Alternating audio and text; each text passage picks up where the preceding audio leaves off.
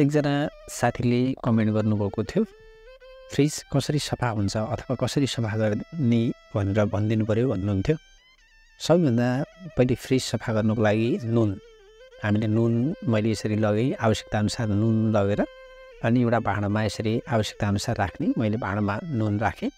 नुन राखिसकेपछि अनि यसरी एउटा सफा टालोले अथवा यसरी मैले पुछेँ, नुनको पानी मिक्स गरेर अनि यसरी सफा गरियो भने एकदमै राम्रो हुन्छ। भित्र भएको फोहोरहरू अथवा टाँसिएको फ्रिजको कतै दिनसम्म हामीले सफा गरेको हुँदैनौँ र हामीले खानेकुराहरू राखिरहेको हुन्छौँ। त्यसैले गर्दाखेरि एकदमै त्यहाँ जमेर एकदम फोहोर भइरहेको हुन्छ।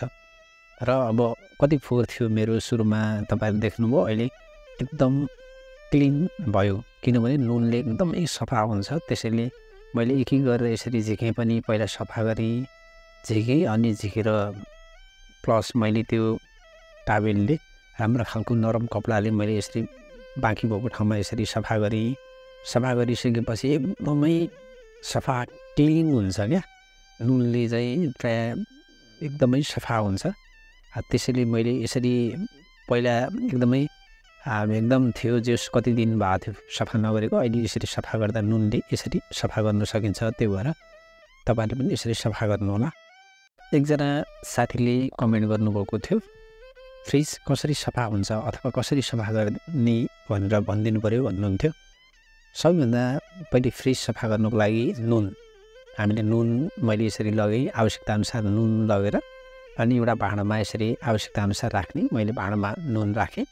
नुन राखिसकेपछि अनि यसरी एउटा सफा टालोले अथवा यसरी मैले पुछेँ, नुनको पानी मिक्स गरेर अनि यसरी सफा गरियो भने एकदमै राम्रो हुन्छ। भित्र भएको फोहोरहरू अथवा टाँसिएको फ्रिजको कतै दिनसम्म हामीले सफा गरेको हुँदैनौँ र हामीले खानेकुराहरू राखिरहेको हुन्छौँ। त्यसैले गर्दाखेरि एकदमै त्यहाँ जमेर एकदम फोहोर भइरहेको हुन्छ।